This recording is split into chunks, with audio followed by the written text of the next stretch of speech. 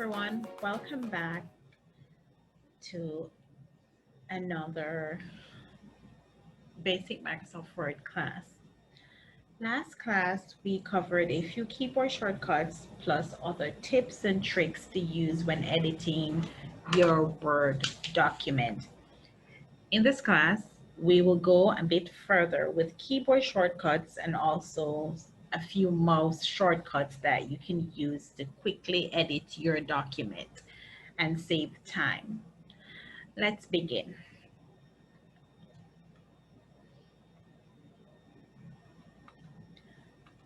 For example, you want to delete the word public, you do Control backspace and it deletes the entire word. You change your mind and want to return the word, you do Control Z and the word is returned. Another shortcut to delete an entire word is to select the word, then you click space bar and the word disappears. That's another option to use your keyboard to delete an entire word.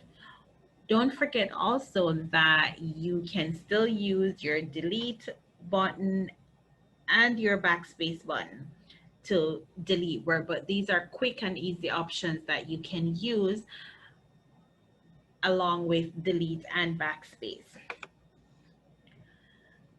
To undo your last action, you do Control Z and it undo your last action. And that's from your keyboard. All right. While typing, you'd like a uppercase letter or to capitalize your letter, you can use Shift and press any letter on your keyboard and it capitalize the letter. Say you want to type a state, for example, Wisconsin, you would press the Shift key, the letter W, and type your word. That option is used if you don't want to press caps lock and forget that caps lock is on, then you can use that option to quickly type your uppercase letter. Another keyboard trick that you can use while editing or you want to produce your final product is Control P to print. It brings up the print dialog and from there you can choose your printer and then you hit print. To exit this backstage view, you press the arrow and you exit backstage view. So to print, it's Control P. Control P brings up the dialog, print dialog, and you choose your printer, click print to print your document. To exit, but once you click print, it goes back to the document, or if you're not yet ready to print, you press the arrow to escape backstage view. Another quick, easy option that you can use for privacy, say you're typing something and it's private and someone is approaching your desk, you press the Windows key on your keyboard and the letter D. So that's a quick and easy way to minimize all open windows. So it's your Windows key, the letter D, minimize all your open window. A quick reminder, Control S to save all changes.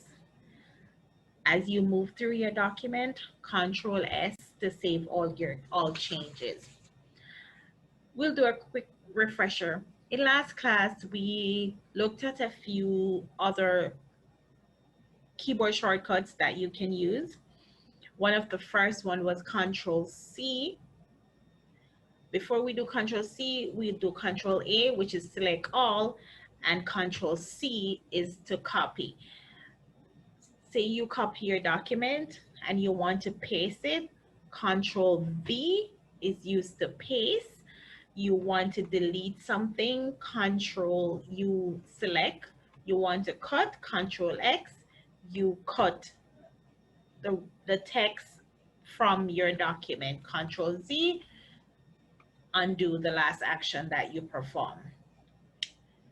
Control U is underline.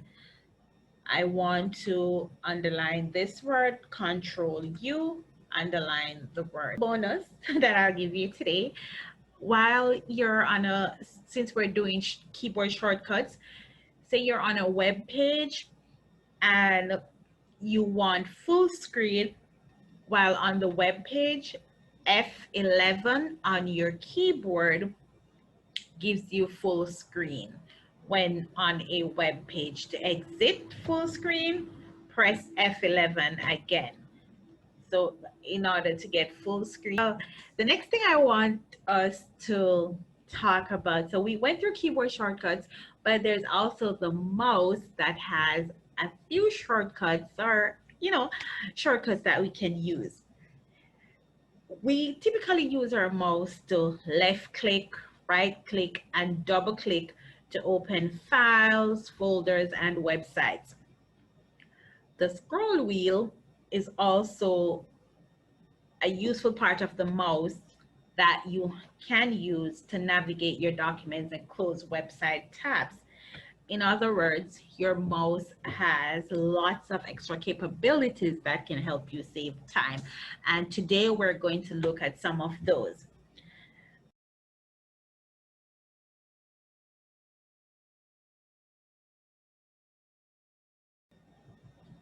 So we're going to use our left button to double click. And we're double clicking a word that we want to select. So the first thing we do, we choose the word, then we double click the word. Notice that the word formatting options appear once you double click the word. So basically what Microsoft Word is saying is that you can edit the word that you click on. If you right click, you get further options that you can use to edit the word. So we want to change the text, right? We choose that. We want to change the size. We're going to go here and change the size. And this is done. Notice we're only using the mouse for all of this. I have not yet touched my keyboard. I'm using my mouse for everything that I'm doing right now. So all of this option is performed by using your mouse. And you can click to deselect the word. To select the entire sentence, or if we want to do this paragraph, we triple click, select the entire paragraph. And there again, the word formatting option appear where you can actually edit your document.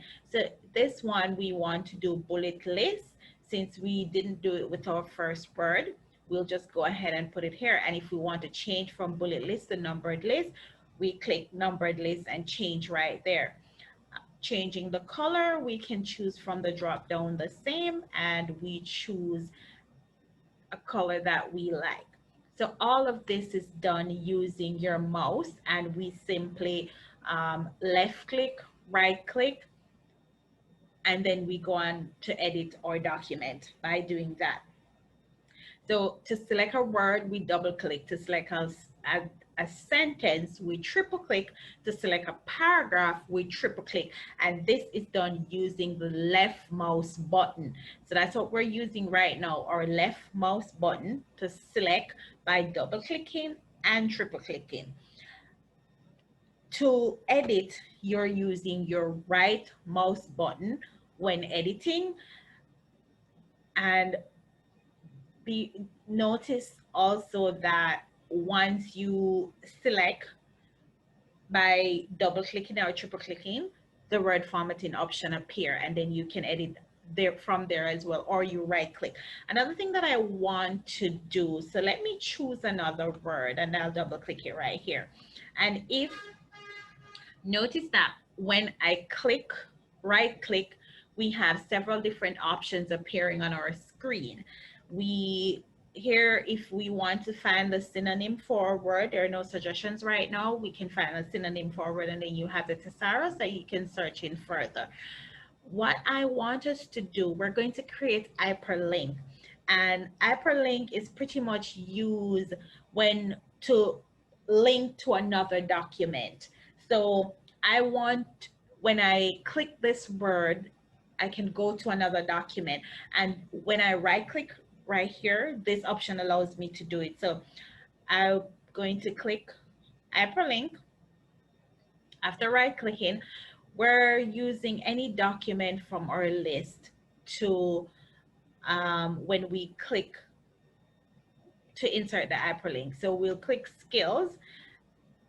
What it does, it's actually there, because notice when I put my cursor over, it says control plus click to follow link. So you click your control button and then you click. And once you click on that, it's going to take you to the document that I link it to. And this is an easy way for you to give your users access to a linking document that you don't want to necessarily type in your document, or you want to copy and paste the information from that document to the present document. And so instead you can always create a hyperlink to link the document. Notice once the hyperlink is created and then it's activated, the color of the text change, and there's an underline to indicate that there is an hyperlink has been created. There's a line right here, but because it's not colored, we know there's no hyperlink for that one. But because this is both underlined and colored, we know an hyperlink has been created for this document. To do this again, we select the word. We're just gonna do test with this one. We select the word, we right click, look for hyperlink, then create the hyperlink from there. To remove the hyperlink, we can select the text, right click. Here it gives you the option to edit, open, copy, or remove the hyperlink. So if you no longer want to share the document, you can remove the hyperlink. You want to change the document, you can edit your hyperlink. You click on edit hyperlink. You want to open, you can open. Or if you want to copy the hyperlink to paste it somewhere in the another place in the document or in a new document, you can also do that. Thing to note is your scroll wheel on your mouse can be used to close a website tab or to open a link on a web page.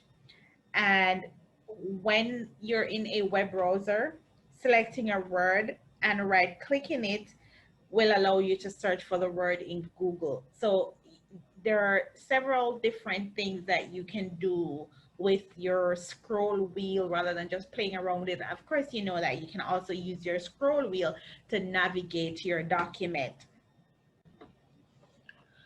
Let's dive a little further into mouse shortcuts. We're going to use our right mouse button to click anywhere on the desktop. From there, you can arrange your desktop icons. You can choose to have large icons, you can do medium icons and small icons. You can also auto arrange your icons on your screen and align icons to grid if you so choose.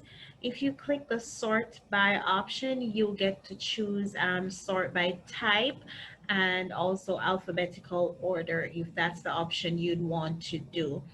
You also, and size, you here you have new.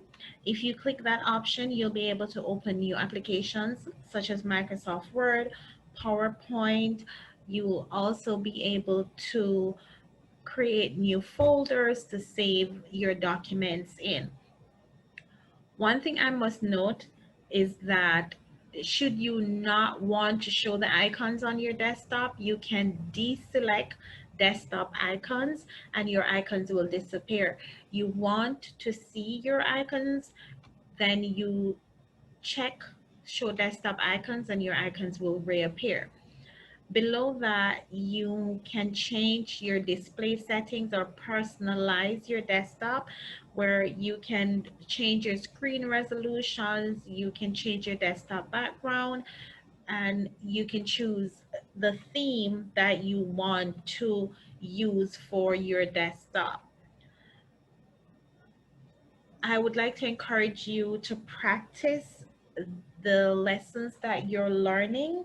Practice your keyboard shortcuts, practice using your mouse, your left click to select your documents, right click to do your editing, and your scroll wheel to navigate your documents or to close a web page. Until next time, I want to just say thank you for joining us, and I do look forward to sharing other tips and tricks with you. See you again soon, and I do hope you enjoyed this lesson.